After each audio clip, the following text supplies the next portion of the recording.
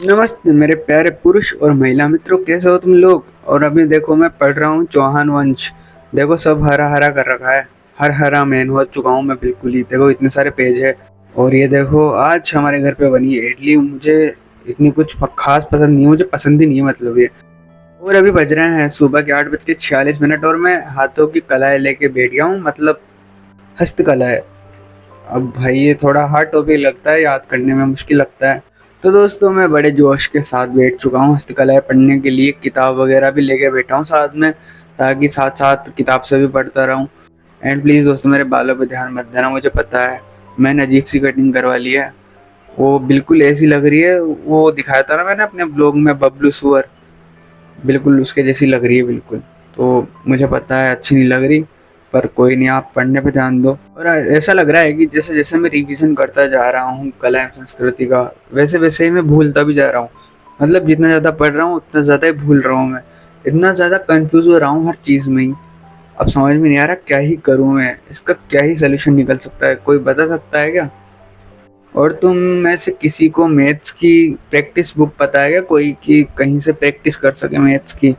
तो यार मेरे को लगता है कि मैथ्स की प्रैक्टिस करना पड़ेगा मुझे। सीईटी में थोड़ा डल रह गया काम, मैथ्स में थोड़ा हार्ड आ गया था पेपर मैथ्स का शायद।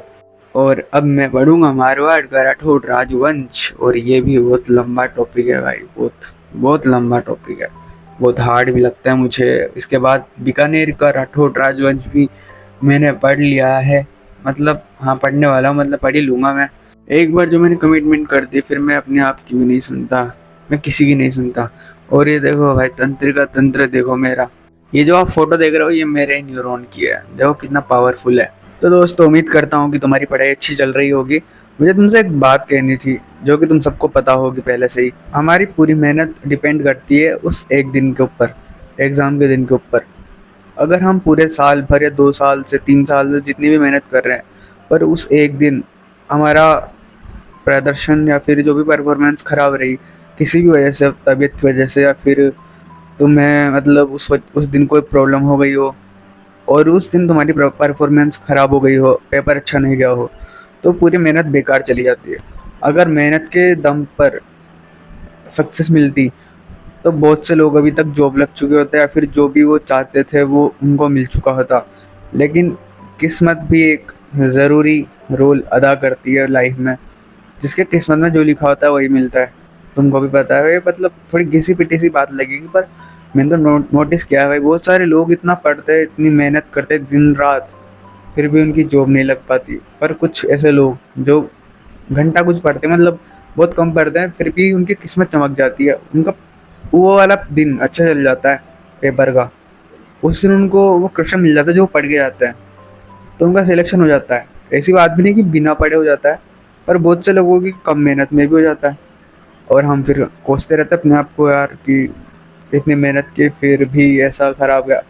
वैसे बिना मेहनत के तो ऐसे भी नहीं मिलेगा, मेहनत तो करनी पड़ेगी। लेकिन ज़रूरी नहीं है कि मेहनत करे तब भी जॉब लगे ही सही। तो पूरी एक्सपेक्टेशन छोड़ के बस काम करते रहो, अपने फ्यूचर के बारे में इतना नहीं सोचना चाहिए यार। क्योंकि लाइफ तो सफरिंग है, मतलब दर्द तो लिखा ही है ज़िंदगी में। मैं कभी कभी सोचता हूँ कि यार ये दर्द जा क्यों नहीं रहा, मतलब कैसे ख़त्म होगा ये दुख, कैसे ख़त्म होगा। फिर मैं सोचता हूँ कि अगर दर्द ही नहीं रहा तो फिर ज़िंदगी किस चीज़ की, मतलब दर्द से ही ज़िंदगी बन रही है।